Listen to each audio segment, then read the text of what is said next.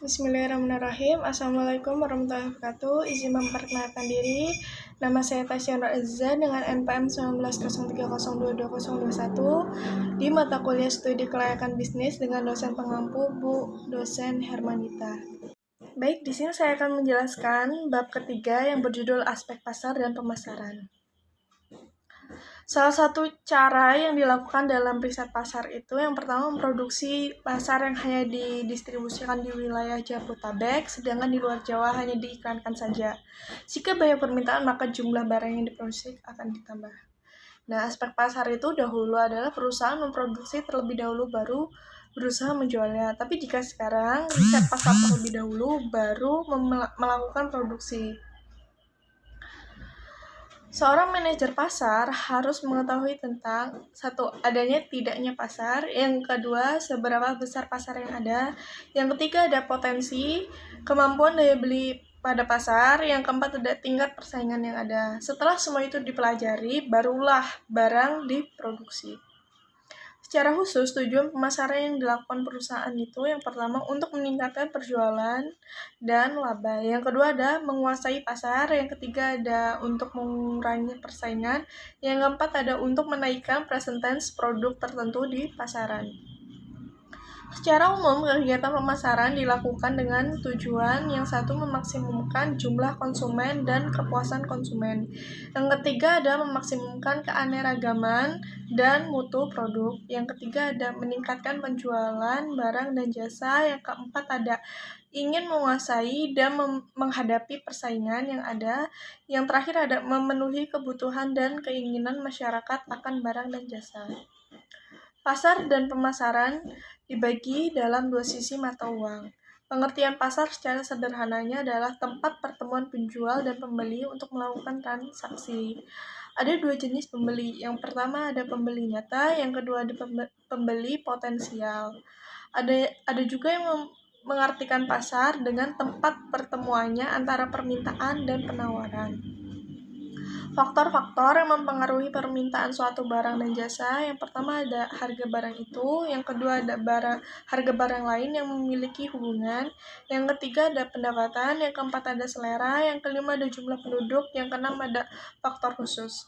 Faktor-faktor yang mempengaruhi penawaran suatu barang dan jasa, yang pertama ada harga bahan baku suatu barang, yang kedua ada harga barang lain yang memiliki hubungan, yang ketiga ada teknologi, yang keempat ada harga input, yang kelima ada tujuan perusahaan, yang keenam adalah faktor khusus atau faktor lainnya.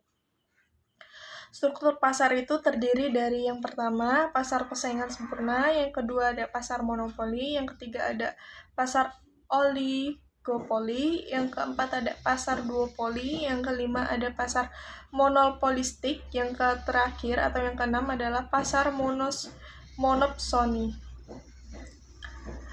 Pasar persaingan sempurna itu adalah yang kita sering lakukan ya di kalangan masyarakat, yaitu suatu bentuk pasar di mana jumlah pembeli banyak penjualnya dan barang yang terjual dibelikan bersifat homogen. Contoh pasar hasil pertanian.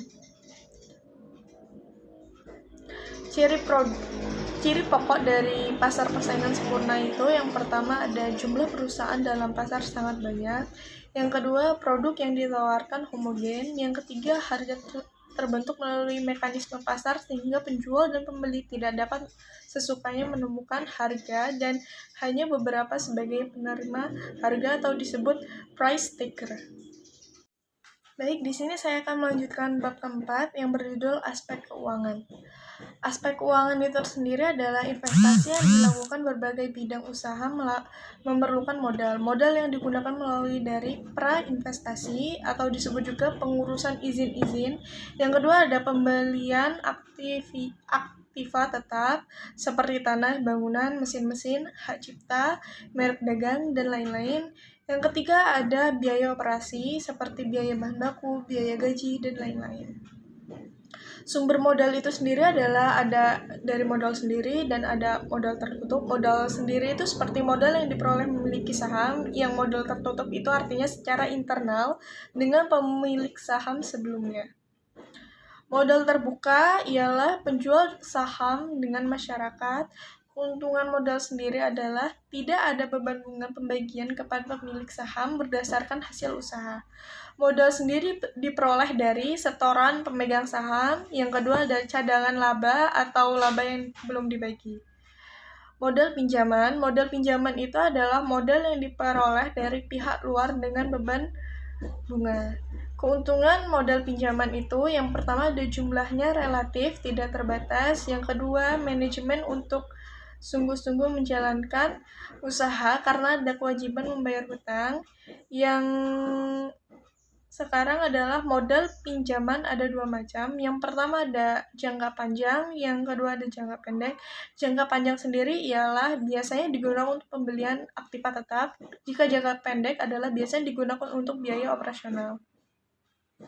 Arus kas, kita masuk ke arus kas atau disebut juga cash flow. Cash flow itu diartikan arus kas yang ada di perusahaan untuk di periode tertentu. Cash flow menggambarkan perkiraan yang akan masuk secara sumber-sumbernya dan keluar perkiraan uangnya yang akan keluar dan jenis-jenis pengeluarannya. Uang masuk dapat berupa pinjaman dari bank, hasil dari penjualan, dan jenis-jenis cash flow itu yang pertama ada initial cash flow, yang kedua ada operational cash flow, yang ketiga ada terminal cash. Nah, secara keseluruhannya saya akan menjelaskan kembali. Initial cash flow ialah pengeluaran pada awal periode untuk investasi. Jika operational flow adalah kas yang diterima dan dikeluarkan pada suatu usaha tersebut aktif melakukan usaha. Yang terakhir adalah terminal cash, itu juga adalah uang kas yang diterima pada saat usaha tersebut berakhir. Rasio-rasio keuangan dalam laporan keuangan tersebut ada jumlah kekayaan, yang kedua ada jenis kekayaan yang dimiliki, yang ketiga ada kewajiban-kewajiban atau hutang yang dimiliki baik jangka panjang ataupun jangka pendek.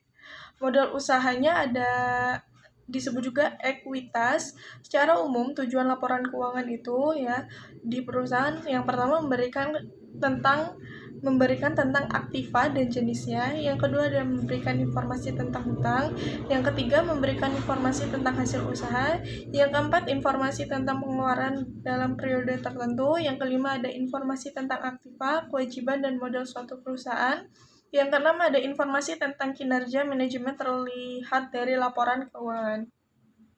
Pihak-pihak yang berkepentingan dengan laporan keuangan yang pertama seperti kreditor, yang kedua ada pemegang saham, yang ketiga ada pemerintah, yang keempat ada manajemen, yang kelima adalah karyawan. Baik, di sini masuk dalam materi yang terakhir atau bab 5 yang berjudul aspek teknis atau operasional dan teknologi, yaitu penilaian terhadap kesiapan perusahaan dalam menjalankan usahanya dengan menilai ketetapannya. Ketetapannya seperti lokasi, layout, luas produksi, dan kesiagaan mesin-mesin. Lokasi tersebut yaitu pentingnya di mana letak lokasi yang strategis dapat mempengaruhi bisnis lokasi tersebut. Yang kedua adalah luas produksi. Luas produksi itu tersebut adalah menentukan luas produksi berkaitan dengan jumlah produk yang dihasilkan dalam waktu tersebut dengan mempertimbangkan kapasitas teknis dan peralatan yang dimiliki serta biaya yang paling efisien. Yang ketiga ada layout atau tata letak, merupakan proses penentuan bentuk dan penempatan fasilitas produksi seperti gedung, mesin, dan gudang yang akan dijalankan berkaitannya dengan efisiensi produksi. Jenis-jenis layout sendiri ada 4. Yang pertama layout proses, yang kedua ada layout produk, yang ketiga ada layout kelompok, yang keempat ada layout dengan posisi tetap. Yang terakhir ada kesiagaan mesin-mesin. Kesiagaan mesin-mesin itu adalah kriteria pemilihan mesin dan peralatannya. Yang pertama ada persediaannya pemasok atau barang yang pemasok yang menjual mesin di peralatan tersebut. Yang kedua adalah persediaan suku cadang, yaitu untuk mengantisipasi jika terjadi kerusakan. Yang ketiga adalah kemampuan atau kapasitas produk, yaitu menyesuaikan kemampuan atau kapasitas mesin dan jumlah produksi. Yang terakhir adalah kapasitas dan taksiran umur kegunaan mesin. ini perlu dipertimbangkan agar tidak perlu sering terjadi kerusakan dan kaitannya dengan jangka waktu pekerjaan proyek tersebut yang akan dijalankan. Baik, saya kira ini sudah cukup. Saya mempresentasikan materi studi kelayakan bisnis ini. Kurang lebihnya mohon maaf. Semoga Bu Hermanita dalam keadaan yang sehat. Amin ya rabbal alamin. Wassalamualaikum warahmatullahi wabarakatuh.